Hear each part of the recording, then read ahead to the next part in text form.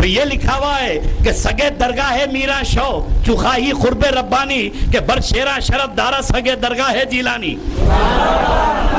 بولے میرے پیر کی خبر میں لکھا ہے کہ اللہ کا قرب حاصل کرنا چاہتے ہو تو غوث کے در کے کتے ہو جاؤ. یہ کسی اور کا نہیں، تھانوی صاحب کا قول ہے کہ پیر کی خبر میں جنت البقیع میں لکھا ہے کہ اللہ کا قرب حاصل کرنا چاہتے ہو تو غوث کے در کے کتے ہو جاؤ، اس لیے کہ غوث کا کتا وہ کتا ہے جو شیروں پہ بھاری ہے. بولے تو عرض کر رہا ہوں کہ مورث کی خوبیاں وارث میں آتی ہیں. مورث ہے رسول اور وارث ہے غوث اعظم دستگیر. اور کیسے وراثت ہے، اور یہ خاندان تو خاندان آفتاب کا آفتاب ہے. میرے دوستو، انبیاء کرام کو اللہ نے بڑی پاور سے نوازا. ہم تو پاور کے قائل ہیں. پاور جو ہے سبب ہے، پاور اللہ نہیں ہے. اب آج کل تو زمانے میں ڈائریکٹ کا وہ شوق ہے،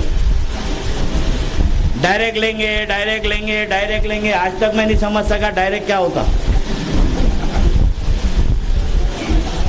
آپ حضرات کی اگر فکر سلامت ہو تو میں آپ کو بتاؤں ڈائریکٹ کیسا دیتے. یہ جو کرنٹ آ رہا بمبئی میں کہاں بن رہا؟ کوئینہ میں پلانٹ ہے، یہ پاور بن رہا.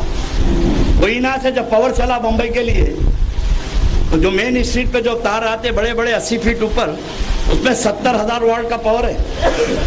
70,000 واٹ ہے اس میں. اگر آدمی 30-25 فیٹ نیچے سے تار ڈال دو تو کھینچ لیتا.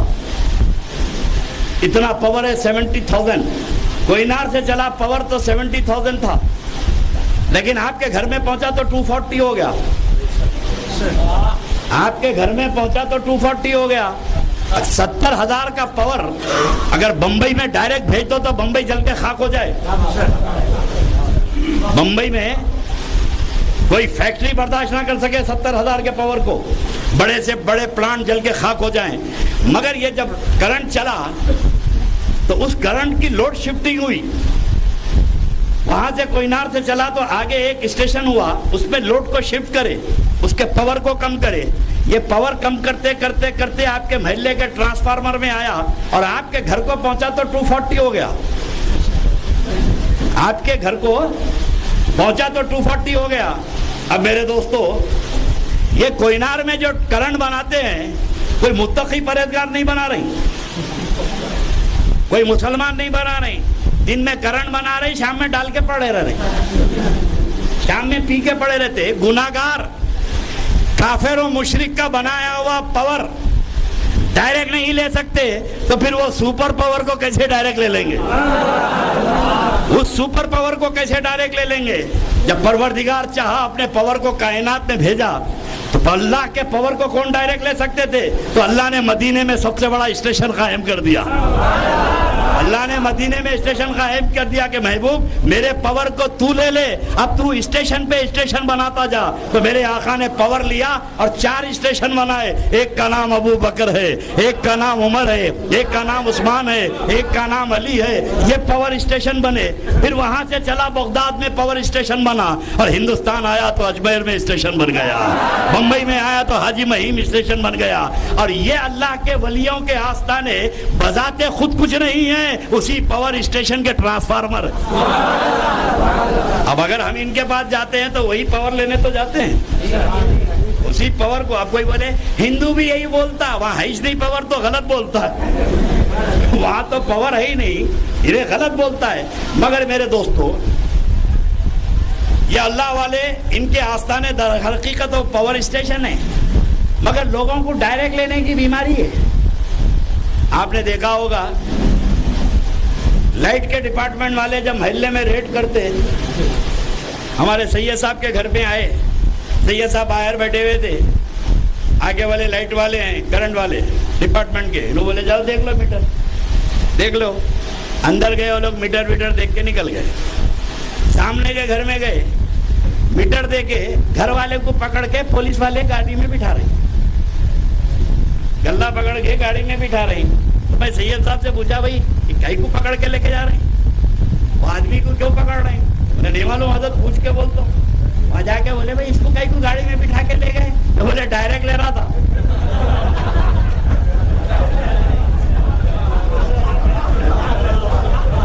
بولے ڈائریکٹ لے رہا تھا تو پتا چلتا جو ڈائریکٹ لیتا ہے وہ چوری کا پاور ہوتا ہے. ہم ڈائریکٹ نہیں لیتے, ہم تو وسیلے سے لیتے ہیں. دین سمجھو ان چھوٹی چھوٹی باتوں پر. اور میرے دوستو, گھر میں لا کے کوئی بھی میٹر لگا لو, اس کے بعد لائٹ لے لو تو بھی پکڑے جاتے. ڈپارٹمنٹ والے آ کے بولتے کیا ہے؟ بولے میٹر ہے بھائی, چور بازار سے ملا لا کے لگا لیا. تو لگا بولے نہیں, ڈپارٹمنٹ کا ہونا. اس لیے طریقت کا مسئلہ ہے, طریقت کا مسئلہ ہے. ہاتھ میں ہاتھ دینے سے پہلے سوچو کہ انہیں ہے کون. جو آیا مرید ہو گئے, اور ایسے ایسوں کے مرید ہوئے. میرا روڈ میں مرید ہوئے, بامبے سینٹرل میں جا کے ملے تو پوچھ رہے کہاں سے آئے آپ؟ کہاں سے آئے؟ جی میرا روڈ سے. مرید ہو کسی کے؟ انہیں بولا ارے کیا مصیبت ہے بھائی, ابھی 8 دن پہلے چھوا مریدین کا نہیں, یہی سے نہیں پہچان رہے میرے کو. باہر نکل کے بولا بھائی مجھے ایسا پیر نہیں چاہیے جو مجھے یہی نہیں پہچانا. وہاں پلٹ کے پوچھا کہاں سے آئے؟ میشر میں پوچھ لیا کون ہے, تو میں تو لٹکتے رہ جاؤں گا. مجھے وہ پیر چاہیے جو یہاں بھی پہچانے وہاں بھی پہچانے. اس لیے ہاتھ میں ہاتھ دینے سے پہلے دیکھو کہ ہاتھ کی لاج رکھتا ہے کہ ہاتھ دیتا ہے. تم نے یہاں ہاتھ دے دیا, انہیں وہاں ہاتھ دے دیا. ہاتھ کی بڑی اہمیت ہے. تو عرض کر رہا تھا مورث کی خوبیاں وارث میں آتی ہیں. بات کو سمیٹ لوں. آپ کا جذبہ عقیدت ہے, میں جو اتنی دیر کھڑا ہوا ہوں, تھوڑے ہیں مگر بیدار ہیں, اور وہ آپ کی بیداری مجھے کھڑا کی ہوئی ہے. بخدا ممبر رسول میں کہہ رہا ہوں, میں 5 منٹ نہیں لڑتا. باہر سے دیکھا, باہر کا باہر چلا گیا. میں داخل ہی نہیں ہوتا کہ آپ کا جلسہ رہے یا ختم ہو جائے. میرے کو اپنی صحت دیکھنا ہے بھائی, اور آگے بہت کام کرنا ہے. ابھی ٹپک کے ہاتھ تو مشکل ہو جائے گی نا بھائی. میں آپ کے جلسے کے لیے اپنی صحت تھوڑی خراب کروں گا. درود شریف پڑھ لیجیے, بات آگے.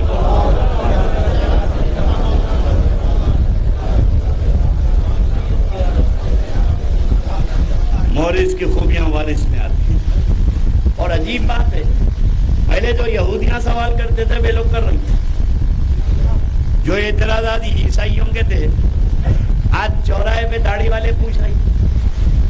شہریں بدل گئے, بولی نہیں بدلی. ایک بار ہمارے امام ابو حنیفہ کے پاس ایک عیسائی آیا. مسلمانوں کا عقیدہ ہے کہ عیسیٰ علیہ السلام زندہ ہے, نبی کا انتقال ہوا ہے نا. عیسیٰ زندہ ہیں. ایک عیسائی آگے امام اعظم سے پوچھا, ابو حنیفہ ایک مسافر راستہ بھٹک گیا,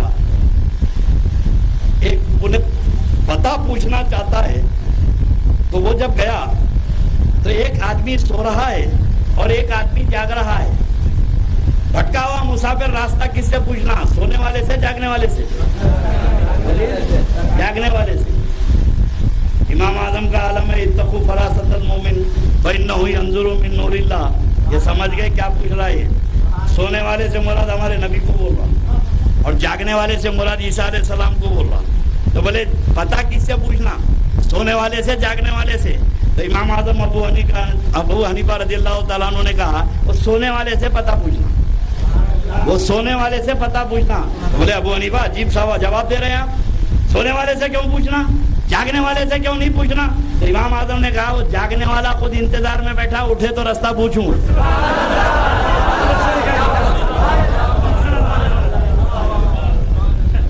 تو جو عیسائیوں کے سوالات تھے آج ان کے سوالات ہیں. بغداد کی سرزمین ہے, محی الدین جیلانی ہے. میرے نبی نے مردوں کو زندہ کیا, عیسیٰ نے مردوں کو زندہ کیا, اور مصطفیٰ نے مردوں کو زندہ کیا. اب ان کے وارث غوث اعظم نے بھی مردوں کو زندہ کیا. تو مورث کی خوبیاں تو وارث میں آنی چاہیے. بغداد کی سرزمین ہے. راستے میں ایسی مولانا لوگ جا رہے تھے, ایک عیسائی پکڑ لیا, پکڑ کے الگ سے الگ ہوئی کر کے بات کر کے بولا بھائی تمہارے نبی بڑے, ہمارے نبی بڑے. اب مولانا آستین چڑھا کے بولے میرے نبی سید الانبیاء ہیں,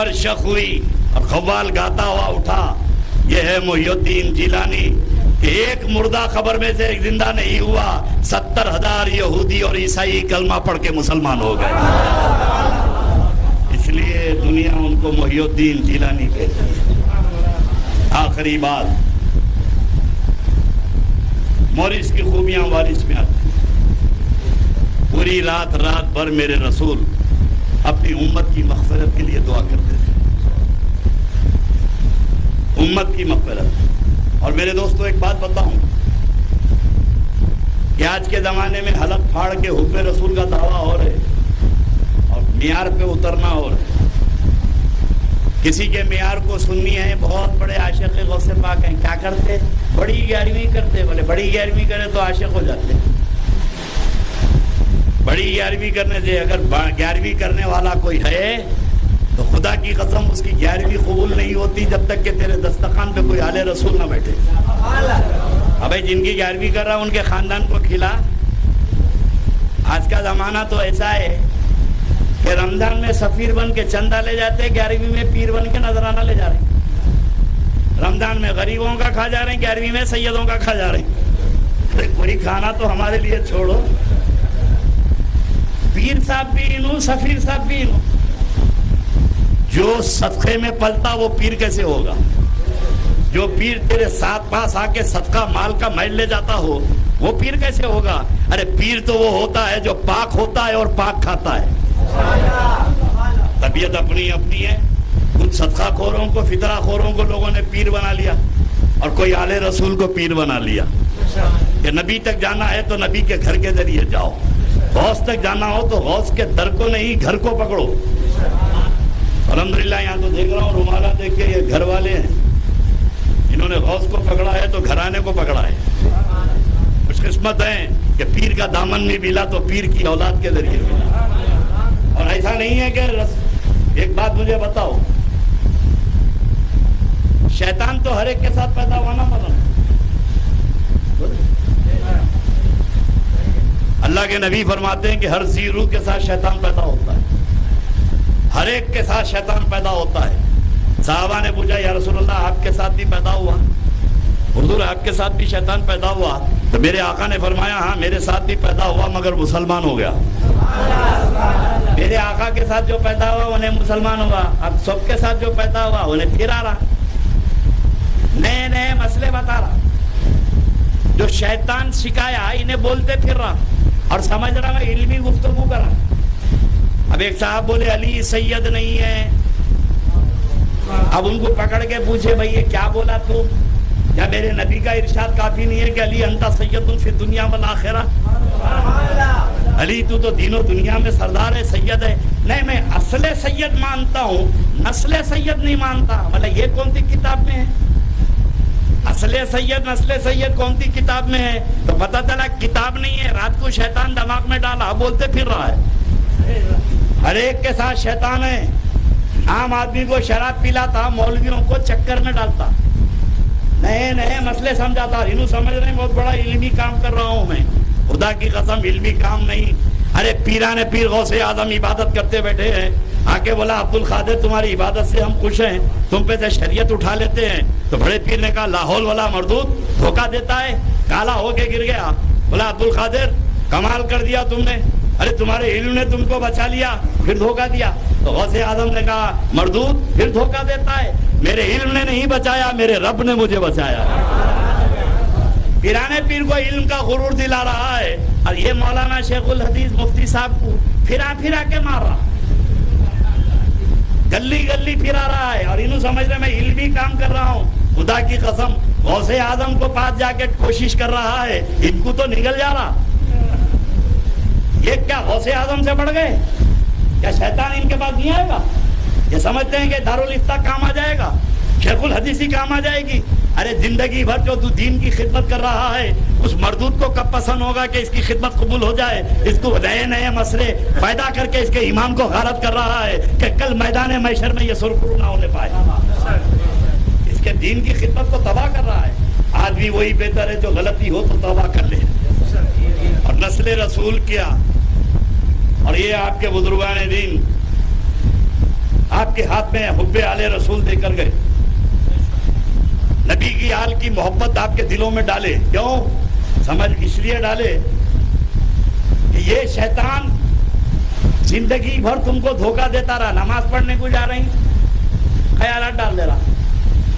ایک صاحب ٹریجرر تھے, آفس کی کنجا ان کے پاس تھے. گھر کو آئے سیٹرڈے کو, بچے کھیل کے کنجی کہاں گھما دیے کہ لاکر میں پیسے رکھے ہوئے, تنخواہ کے 1 تاریخ کو تنخواہ دینا ہے. سیٹرڈے کو کنجیاں ڈھونڈے, سنڈے کو کنجیاں ڈھونڈے, مل رہی نہیں. پورا گھر سر پہ اٹھا لیے. ارے کنجی نہیں ملی تو میری نوکری جاتی. بیوی ڈھونڈ رہی, خاندان مل کے ڈھونڈ رہا. اب صبح ہو گئی, دفتر کو جانے کا وقت ہے, کنجیاں نہیں مل رہی. بولے میں نہیں گیا, نوکری گئی. تو بیوی بولی حاجی وہ بہادر ایک بزرگ رہتے نہیں صاحب مرشد, ان کے پاس جاؤ, ان سے دعا کراؤ, کنجیاں مل جاتے. ارے بولے مرشد سے کیا لینا دینا, میری کنجیوں کا کیا تعلق ان سے. ارے بھائی جاؤ جا کے. اب مرتا کیا نہیں کرتا, زندگی بھر پیروں کے پاس گیا نہیں, مرشدوں کے پاس. انہیں بولا کنجی کے واسطے تو بھی جاؤ. جا کے بولا حضرت میں بازو رہتا ہوں, آپ کے گھر کے بازو. بولے ہاں دیکھا میں یہاں برسوں سے دیکھ رہا ہوں. کیا بات ہے؟ بولے میری چابیاں گونگے نوکر کے. حضرت بولے بات 2 رکعت نماز پڑھ, 2 رکعت نفل نماز پڑھ, تیری کنجیاں مل جائیں گے. غصے سے اڑا, گھر کو آیا. بیوی بولے کیا ہوا؟ ارے بولے میں چابیوں کو بول رہا ہوں, نماز پڑھو بول رہے. ابے چابیوں سے نماز کا کیا تعلق ہے؟ یہ بھی کہاں کی پھینکتے ہیں لوگ. بیوی بولی جی بولے سے ہوتے کو پڑھ تو لو, بولے سے ہوتے کو پڑھ لو. زبردستی اٹھا, وضو کرا, جانماز بچھا کے رکعت باندھا. رکعت باندھ کے سبحانک اللہم ابھی پڑھا نہیں تھا کہ یاد آ گیا کنجیاں کہاں ہیں, کنجیاں کہاں ہیں, یاد چابیاں کہاں ہیں, یاد آ گیا.